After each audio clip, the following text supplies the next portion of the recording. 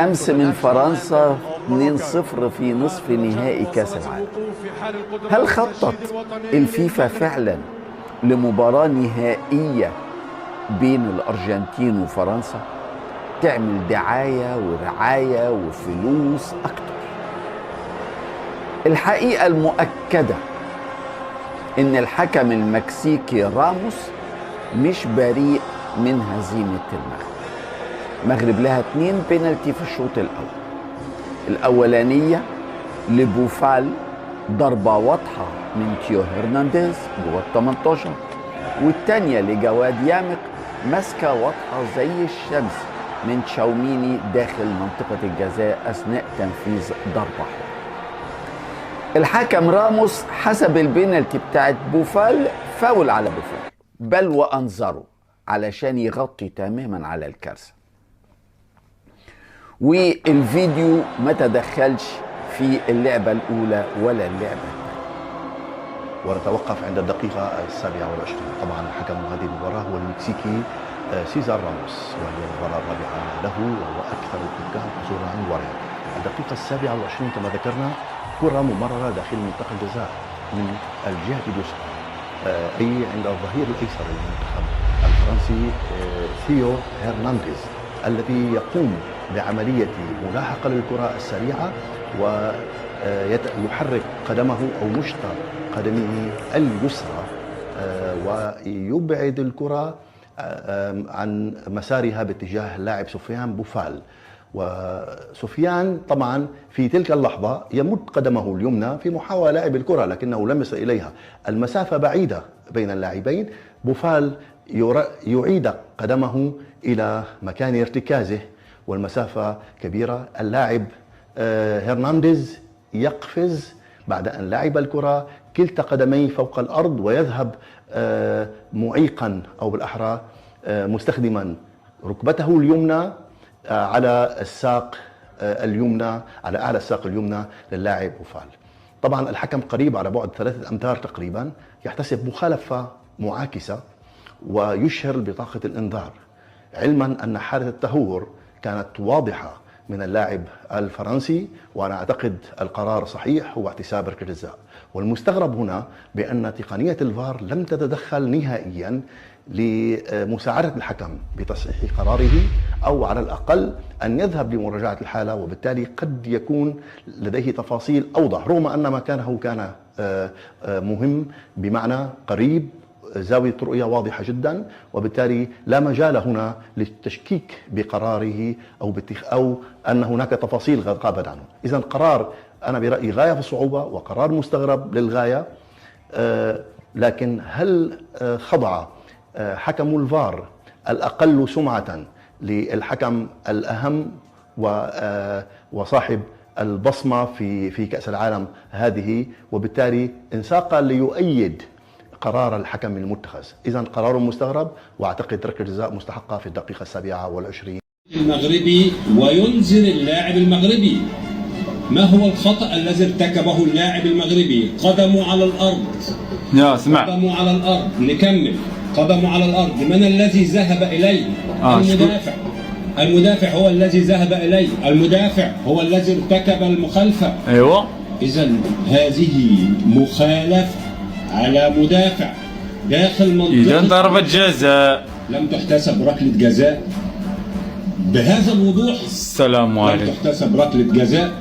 أعلى من الساق من الذي ارتكب المخالفة بوضوح، ركلة جزاء لم تحتسب للمغرب. طيب ها وحدة حالة ثانية في نفس الشوط وفي نهاية الشوط الأول هنشوف مع بعض أيضا مخالفة. شوف مع بعض هذيك ديال الأملاح، هي هي للاعبين انتهت باحتساب مخالفة في وسط الملعب واحتجاج كبير من لاعبي الفريق. شنو هو الفار؟ نشوف مع بعض المسك. شوف من أكثر بحال ضد الأرجنتين دات اللاعب ضد السعودية اللي قدامنا دلوقتي، هما الاثنين في نفس باش عطاو الأرجنتين بيت ومن طرف واحد، بمعنى انه مفيش لاعب مغربي. الفانيلا ممسوكة من المدافعين، هذا ماشي بينالتي هو المنتخب الفرنسي. نشوف مع بعض اللاعب رقم 15 من المغرب ممسوك بهذا الشكل بهذا الشكل واستمر المسك. خلينا نكمل بقى اللقطة، نكمل اللقطة. استمر المسك واستمر تكتيف اللاعب حتى سقط على الأرض. شنو هذا؟ شفنا في مباريات كثيرة في البطولة ركلات جزاء للمسك داخل منطقة الجزاء لم تم احتسابها. هنا لم يتدخل حكم الفار، لم تحتسب ركلة جزاء. الفار ناعس. ركلتي جزاء. لا حول ولا قوة إلا بالله. لهذا الحكم هناك حالتان في منتهى الأهمية لهما تأثير كبير جدا في نتيجة المباراة، حالتي حدثتا في الشوط الأول. نمشي بالحالة لو سمحت. نعم الحالة لحد الآن تمركز الحكم جيد جدا. هناك حاصل لعب بينه وبين المساعد قريب، اتخذ الزاوية الصح، لحظة قرار بينه وبين الكرة، لا يوجد أي حاجة رؤية، الحالة واضحة للحكم. نمشي بالحالة لو سمحت. طبعا هنا الحكم أخذ قرار باعتبار أن اللاعب المغرب دخل استقبال يليق بنجوم المنتخب المغربي الذين حققوا الإنجاز الأكبر في تاريخ القارة الأفريقية بالوصول للمرة الأولى إلى نصف نهائي كأس العالم. تحدثنا عن الأسلوب اللي بنشوف من خلال الإعادة. طبعا هنا لاحظ شوي نرجع شوي لو سمحت. اللاعب المغربي حاول، طبعا هنا لاحظ شوي نرجع شوي لو سمحت. اللاعب المغربي حاول لعب الكرة، بنلاحظ هنا دقيقة أبو هادي، دقيقة ارجع شوي ارجع. ايوه ايه الحين. نعم شنو هنا على الكرة تحت سيطرة المدافع مسيطرا على الكرة. كلام سليم، ما في نقاش في هذا الموضوع. اللاعب المغربي الحكم يشوف اللعبة صح ولا لا؟ واضحة جدا، لا يوجد حجب رؤية، زاوية واضحة، كل شيء واضح قريب، لا شيء يخالف. تمام. اللاعب المغربي حاول لعب الكرة، عندما لم يستطع لعب الكرة لم يقم بأي خطأ على المنافس على المدافع. نمشي بالحالة، نمشي. حاول لعب الكرة، لم يلعب الكرة، لم يقم بأي خطأ، لم يدعس، لم يهاجم، لم يركل، لم يقم بأي خطأ. الآن اللاعب الفرنسي، نرجع شوي بنشوف اللاعب الفرنسي ماذا قام اللاعب الفرنسي. هنا اللاعب الفرنسي قام بالرجل اليسرى بلعب الكرة. نعم قام بلعب الكرة بالرجل اليسرى، ولكن الرجل اليمنى، خلينا نمشي، الرجل اليمنى ذهبت إلى المنافس وقامت بركله وعرقلته. هنا كان يجب على الحكم احتساب ركلة جزاء زائد إلغاء الإنذار. طبعا لا يوجد إنذار هنا، ركلة جزاء للركل أو العرقلة بإهمال، لا يوجد إنذار على المدافع لأن مشيها كابتن. مشيها. الحكم طبعا اتخذ قرار بالمدافع لأن مشيها كابتن. مشيها. الحكم طبعا اتخذ قرار بالركله حره مباشره زائد انذار المهاجم. كان يجب على الفار التدخل. ما اعذر الحكم في الملعب ابو بلال، ممكن يخطئ الحكم في الملعب، ولكن انت الفار وخاصه اللاعب المدافع اصيب، يعني تم تشييك الحاله تقريبا دقيقه وربع. عندك وقت يا فار لتشيك الحاله واضحه جدا ركله جزاء، ولكن للاسف هذا لم يحصل. طيب سؤال، خليك في الشاشه، ارجع شوي يا استاذ شريف. سؤال، انا استحوذت على الكوره بالصوره هذه. نعم. زين. نعم. واختل توازني. نعم. مع المنافس. تقوليت كابتن انا لمست الكوره، اللاعب المغربي ما لمس الكوره نهائيا.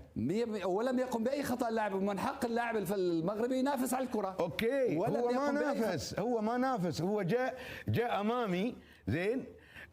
لحظه اللاعب المغربي مد قدمه للعب الكره بدون اي خطا. صادها؟ حاول لعب الكره. صاد الكره؟ ما صاد الكره، ولم يصد الرجل المدافع نهائيا. تنافس كره القدم على الكره ولا لا؟ تنافس على الكره، ولكن لو حصل الاصطدام بالرجل اليسار. انت تقول ركله جزاء؟ ركله جزاء. اوكي. ابو زيد؟ انا اقول طبعا زي ما قال اخوي كل التسجيل، لكن مد قدمه بالشكل هذا، لو كانت القدم الثانيه انت زي ما تفضلت، لو كانت مثنيه للخلف ووصل نقول زي ما قلت، لكن الان مد القدم بالشكل هذا. لو ترجع من البدايه هو من الاساس ما يستطيع يلعب الكره باريحيه بشكل واضح. شفت لمس الكره ولا لا؟ لمس الكره، مو شرط لمس الكره مو بالشكل هذا. لمس الكره نلعبها بشكل طريقه. تمام. الان هو مندفع بدنيا. تمام. قوي، ما استطاع يتحكم ريسك هذا، يتحمل مسؤوليته. اللاعب المنافس هل لمس الكره؟ نفس الشيء لما مد رجله بالصوره هذه. كلهم الاثنين ما مسك هذا لمس بسيط. هذا الان انا لو ثنى رجله الان، انت شو تقول بزيد؟ انا اقول ركله جزاء والانذار خاطئ اذا كان خلاص ركله جزاء. نعم والانذار خاطئ عكسي. ابو فهد طبعا بوفال ركله جزاء، اللاعب الفرنسي سيطر وبعدين فقد السيطره، ركز معي في البدايه سيطر، لكن لما فقد السيطره لاعب المغربي كم مشى. هذه انا تناقشت. لا ما عليك، كنت مسيطر. انا اكمل لك. اي كنت مسيطر بالضبط. لا راحت السيطره، راحت عن السيطره. طيب المهاجم طيب اسمعني ارجع شوي. لاعب المغرب دقيقه ارجع. لا روح لين اقول لك وقف. روح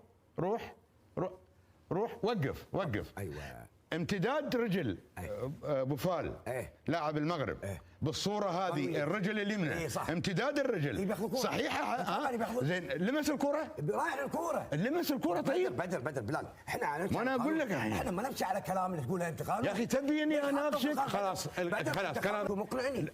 زين انت شو تقول؟ باهمال على المنافس. انت شو تقول؟ ركله جزاء مع احترامي تبط العين هذه مع احترامي. خلاص بدون ازعاج بدون ازعاج. ليش؟ بدون ازعاج بدون ازعاج بسبب التحكيم. والله العظيم طلع بسبب التحكيم. لا تحلف. طيب يا ابن الحلال صل على النبي. لو اعطاه البلنتي صل على النبي. خلينا نكون منطقيين. صل على النبي عاد. اعوذ بالله. خلاص صل على النبي قلنا لك. صل على النبي بس ندافع عنه. اهدى شوي. طيب خلاص انت جاوبت. اوكي دافع عنه بالحق يا ابن الحلال. مالك دعوه. انا رايي